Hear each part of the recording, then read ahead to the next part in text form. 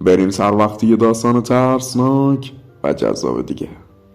قبل از اینکه برم سراغ داستان ازتون میخوام که فقط به چشم خاطره و داستان بهش نگاه کنید و هرگز امتحانش نکنید، چون عواقب خیلی دردناکی داره و نتیجه برای همه آدم‌ها یکسان نیست. این خاطره مربوط به سال 84 و قسم میخورم که تمامش حقیقت داره و حتی یک کلمش هم چاخان یا دروغ نیست. پس یه راست میرم سر اصل مطلب. یه روز خیلی عادی دختر عمم اومد خونم، تعریف کرد که با خواهرش کار احضار رو انجام دادن و خیلی با هیجان از پدر بزرگ و اقوامی که فوت شده بودن گفت که باشون حرف زده، احضارشون کرده و باشون ارتباط برقرار کرده. ازش پرسیدم چه جوری این کارو کردی؟ اونم بهم توضیح داد و گفت اینجوری احضار کرده، بنابر دلایلی از توضیح دادنش محصولی.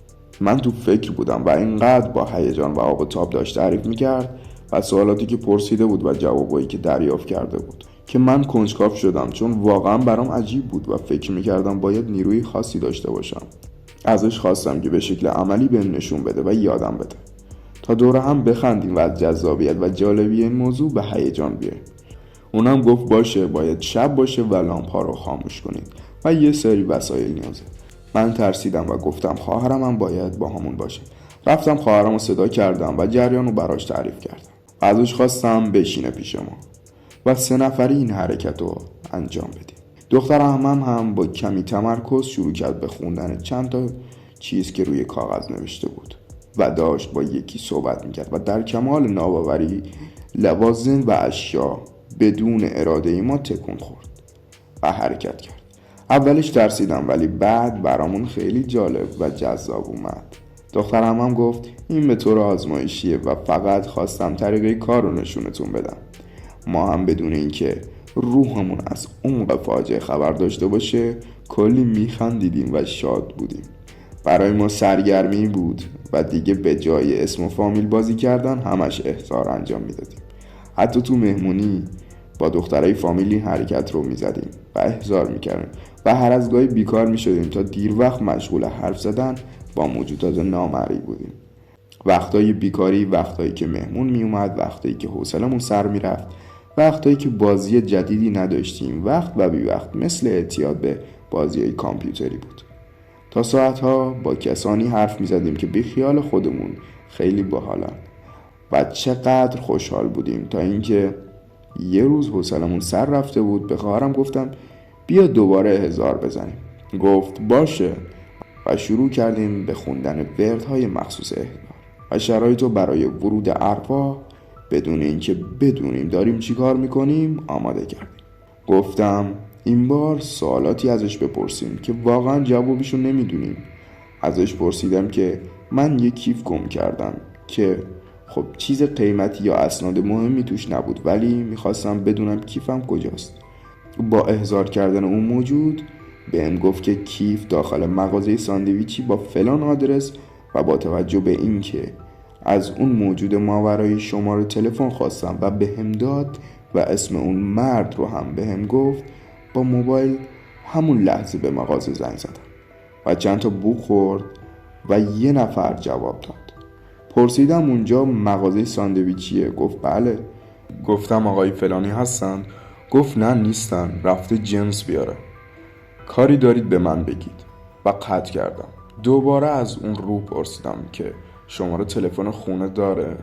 که یه شماره بهم داد و تماس گرفتم. خانمی جواب داد که همسر اون آقا بود.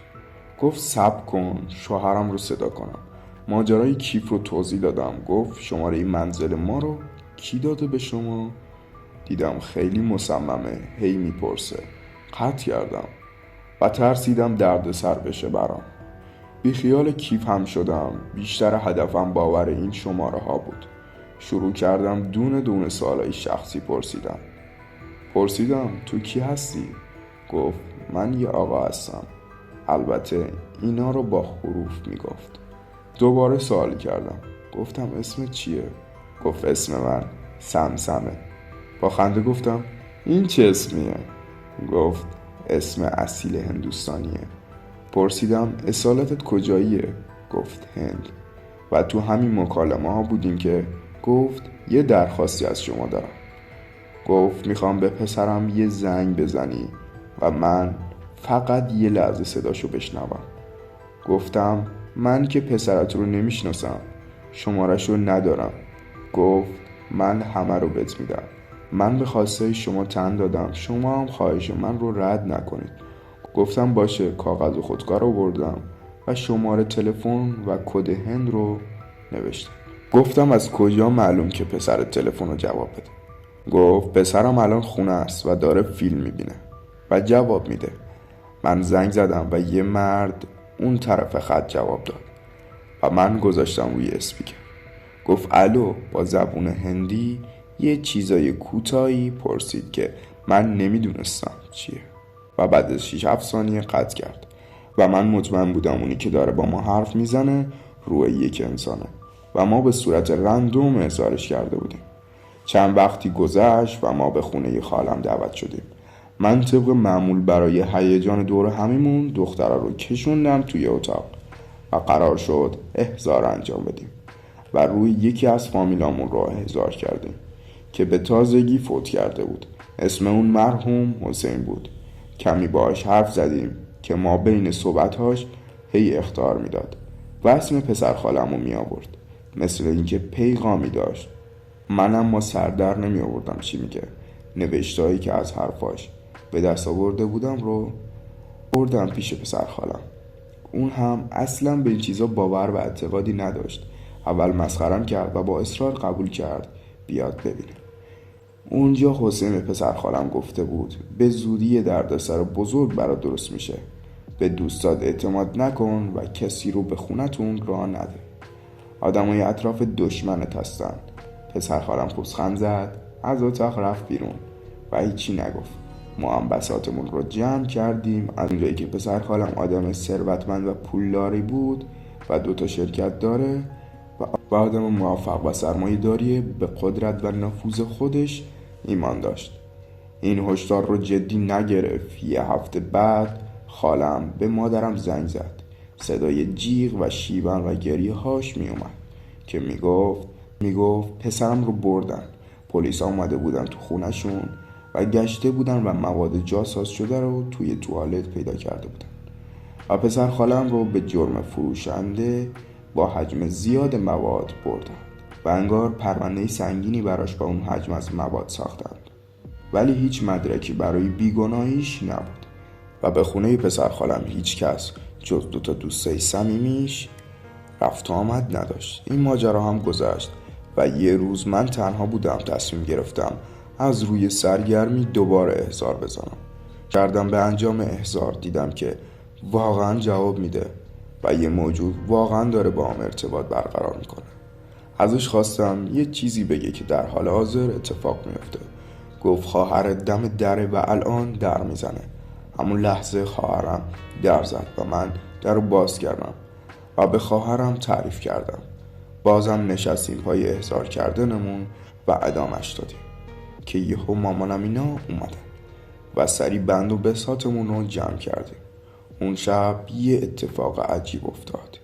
اینکه وقتی داشتیم شام میخوردیم همش صدای خنده‌های یه بچه رو میشنیدیم که فقط من و خواهرم میشنیدیم. شب که خوابیدیم و خاموشی زدن همش حس میکردم چند تا بچه رو پشت بوم دارن میدون و بازی میکنن. خواهرم گفتم آبجی تو هم داری میشنوی؟ گفت های آره این صدای چیه؟ گفتم نمیدونم. فردای اون روز سفره نظری داشتیم. چند تا از همسایه ها و فامیل دعوت کردیم. وقتی تموم شد و همه رفتن زن همسایه موند و آخرین نفر بود که میخواست بره. دم رفتن گفت ببخشید راستی دیشب شما مهمون داشتید؟ چون شب ساعت 2 یا 3 بود صدای دویدن بچه کوچیک میومد. منم تعجب کردم که شما که بچه کوچیک ندارین. احساس کردم حتما بچه های مهمون هستن، ولی آخر رو پشت بوم اون وقت شب بچه کوچیک خطرناکه، یه وقت میفتن خدایی نکرده. مامانم من با دهن باز گفت نه ما مهمون نداشتیم و پشت بوم هم به خونه های دیگه راه نداره، نکنه دزد اومده باشه. همسایه هم گفت نه دزد نبود، دقیقا صدای خنده‌های بچه بود. من و خواهرم که میدونستیم چه غلطی کردیم رنگ از رخسارمون پرید. رفتیم توی اتاق و تو فکر بودیم که چی کار کنیم و این داستان رو چه جوری جمعش کنیم. تصمیم گرفتیم وقتی خلوت شد احضار بزنیم و از اون موجود که نمیدونیم چیه بخوایم که بره. دم غروب همه از خونه رفتن بیرون. من و خواهرم تنها شدیم. فوری بساط احضار رو به راه کردیم و خیلی سریع یه نفر به سوالاتمون جواب داد. ازش پرسیدیم تو کی هستی؟ و اگه حضور داری اعلام کن. یه لامپ تو حیاط ترکید. من خیلی ترسیدم. پرسیدم تو چند سالته؟ گفت من 8 سالمه. بهش گفتم ازت میخوام هر چه زودتر خونه ما رو ترک کنی و از اینجا بری و دیگه نیای. گفت نه، من به این خونه و اهالی خونه وابسته شدم. شما هم دوستای من هستید. من احساس تنهایی میکنم و خوشحالم که با شما حرف میزنم. هرچی خواهش و اصرار کردیم که ما نمیخوایم اینجا باشی قبول نمیکرد و هر بار احضارش میکردیم هر سری انگار پاش رو فراتر میذاشت. من و خواهرم اون روز تصمیم گرفتیم که دیگه احضار نکنیم تا اینکه خودش خسته بشه و بره. فردای اون روز بعد از نهار تو حال با خواهرم نشسته بودیم و تلویزیون میدیدیم که یهو انگار دوباره صدای بدو از پشت بوم بلند شد. خواهرم به من نگاه کرد، منم به خواهرم، تا اینکه یهو در گوش خواهرم یه صدای بچگونه گفت پخ. خواهرم ترسید و جیغ کشید. صدای خنده های بچگونه‌ای تو خونه می اومد و انگار کسی توی خونه می دوید این طرف و اون طرف. به جز من و خواهرم کسی دیگه تو حال نبود. من خیلی عصبی و سردرگم بودم. تازه فهمیده بودیم که چه غلطی کردیم. حسابی ترسیده بودیم و مونده بودیم که به خانوادمون اعتراف کنیم که چه کار کردیم یا خودمون حلش کنیم. شب که شد لامپ داخل حموم ترکید. من و خواهرم وحشت کرده بودیم. یهو لامپ داخل اتاق هم ترکید. بعد پشت سر هم هی لامپ می ترکید.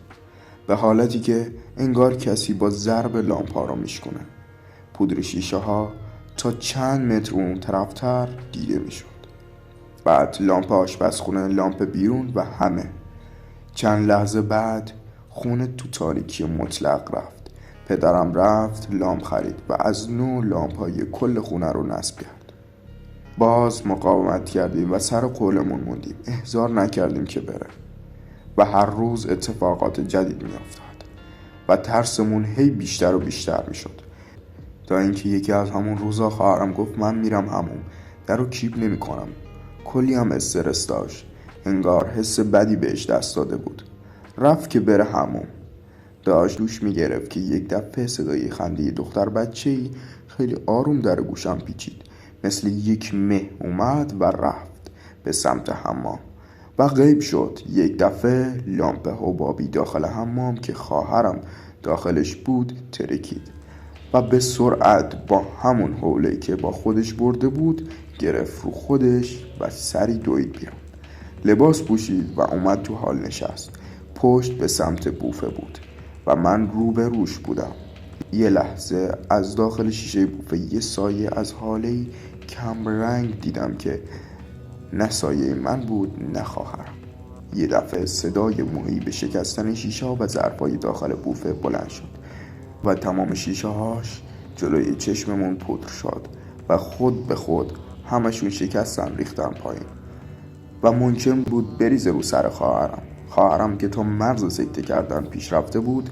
با هم فکری هم تصمیم گرفتیم اسفند دود کنیم و سوره بخونیم، ولی فایده نداشت و شب دوباره صدای بدو نمیذاش بخوابیم. خونه رو به خاموشی رفت و من تازه میخواستم بخوابم که حس کردم یکی داره به سمت اتاق من میاد. نزدیک اتاقم که شد حس کردم کسی داره میدوه. صدای پا کاملا واضح بود. نزدیک تخت من که رسید ایستاد و صدا قطع شد و دوباره صدای بدو روی پشت بوم بلند شد. فردا قرار شد احضار بزنیم و ازش بپرسیم چی کار کنیم که از خونه ما بره و کاری بهمون نداشته باشه. طبق قرارمون احضار زدیم و قرار شد خرش کنیم که بیخیال شه. گفتم چی میخوای؟ گفت میخوام نقاشی بکشم. خودکار و دفتر آوردم، دستم رو به خودکار گرفتم. خودکار شروع کرد به حرکت. گل میکشید، درخت میکشید، باغ میکشید و میگفت تو سرزمین من گلها میخندن. برای من قیافه اون گلها عجیب و باور نکردنی بود. ما هر کار کردیم اون موجود خانه نشد که بره و گفت اینجا خونه جدیدمه. ما تمام احضارهایی که انجام میدادیم انباد و اجدادمون بود، اما اصلا نمیدونم چجوری موجود تونسته بود بیاد و وارد خونمون بشه. آخرین تلاشمون این بود که پدرم رو قانع کنیم که خونه سنگینی داره، این خونه جاش بده، محلش خوب نیست و باید جابجا بشیم. با املاکی هماهنگ کردیم و مشتری برای خونه اومد و فروختیمش و رفتیم و دیگه هرگز احضار نکردیم. تا داستانی دیگر، خدا نگهدار.